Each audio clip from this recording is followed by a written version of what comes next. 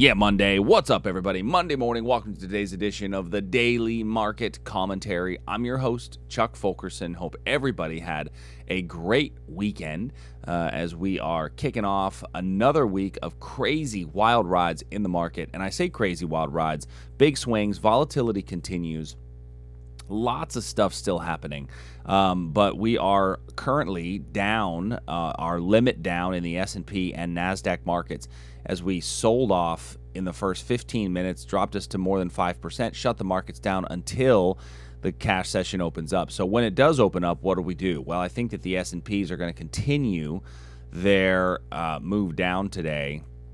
But I do think that if we, we're going to gap down and open up somewhere in this range and over here, if you look at our, we've got about 12,000 contracts sitting here on the ask and 135 sitting on the bid. We've got not a whole lot going to happen. As soon as the market opens up, we'll be able to see imbalances of demand and supply right away. And so I think, we'll probably hit that 7% circuit breaker almost immediately.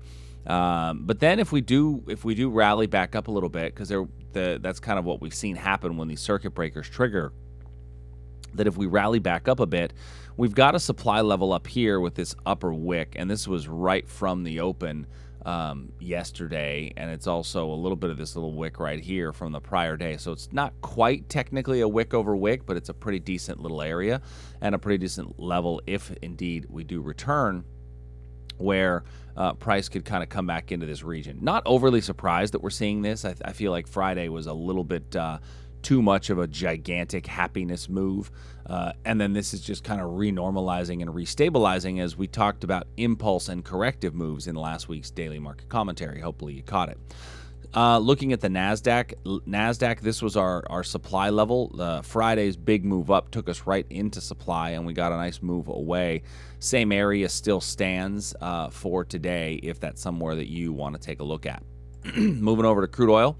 So crude oil, we traded down on the first candlestick. Very strong move down. We were looking up in this region here for a potential candle-to-candle short opportunity.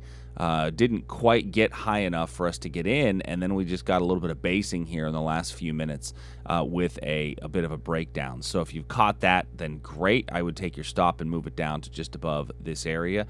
If you didn't catch it and you're looking for a place that you can kind of re-engage and get back in, then I think it's okay, sliding down to the 15-minute time period to look at this area right here, which gives us a good opportunity on a reversal trade to get back in.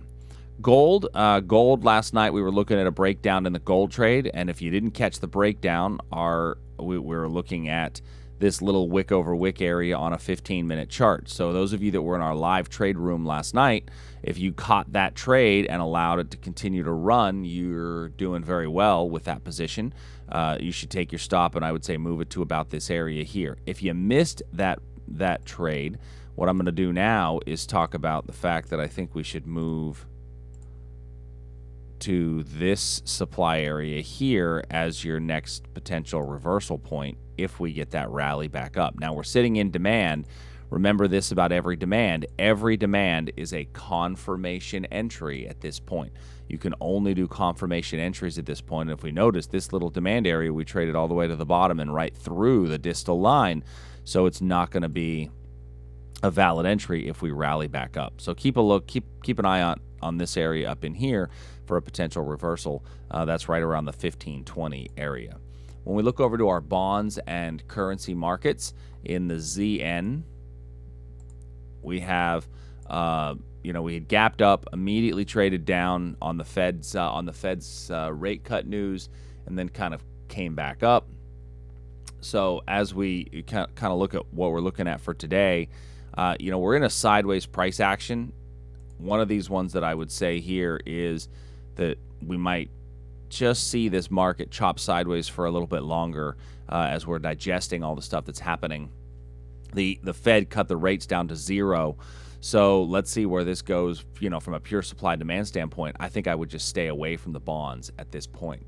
And then on our currency markets, we were looking at some shorts last evening as we saw that the The Australian dollar, we could have a breakdown below this area in here, provided that we get some basing inside of this region. Euro as well. So in the euro, I had looked in this area here for a small reversal point. We blew actually right through that one. So that one, unfortunately, we blew through last night. We came up into the level 15-minute spot, hit it, and then chopped around and then popped right through it. So that one, unfortunately, didn't hold. Now we're looking at what the next steps are. I think that we're going to see a lot of currencies chopping sideways for a little bit. And the reason I think we're going to see that sideways chop is because of, the quantitative easing that's being done in the U.S. We'll see what happens with the QE later today in the U.S., as well as the interest rate being down to zero. How's the market going to absorb that? So the Canadian dollar, we did get our little breakdown, and it's moving from this area. I would look to see, do we get a bit of a reversal somewhere higher up in here? Last but certainly not least, Great British Pound and Japanese Yen. No different here. The pound going a little bit sideways. I've got some supply up above me here in this region where I think you could see a decent turning point. So a fair amount of stuff for the market to digest today. As I continue to say, we don't hold futures positions over a weekend for exactly this, right? If you got long on Friday and held that futures position over the weekend, then you're eating it as we speak, right? And so our next move is going to be really based on what the market gives us. We're going to see how it digests this next round of quantitative easing, and I think that's why we're seeing some sideways price action in the currencies. And so as we think about that, just remember your rules. Wait for good solid breakouts. As volatile as this market is, it has been respecting levels. So if you are looking at high quality levels, you will notice that it's been respecting levels, just not any demand levels. It's been respecting supply levels as it's retouched those, and we've seen a number of instances here on the Daily Market Commentary as well as our Traders Army live trade rooms. So if you have any questions, as always, please feel free to reach out, support@tradersarmy.com. I will talk to you guys soon. Be safe out there with your money, with your markets, and remember, social distancing, the best way to do it is just to stay home and trade. I'll talk to you soon. See ya.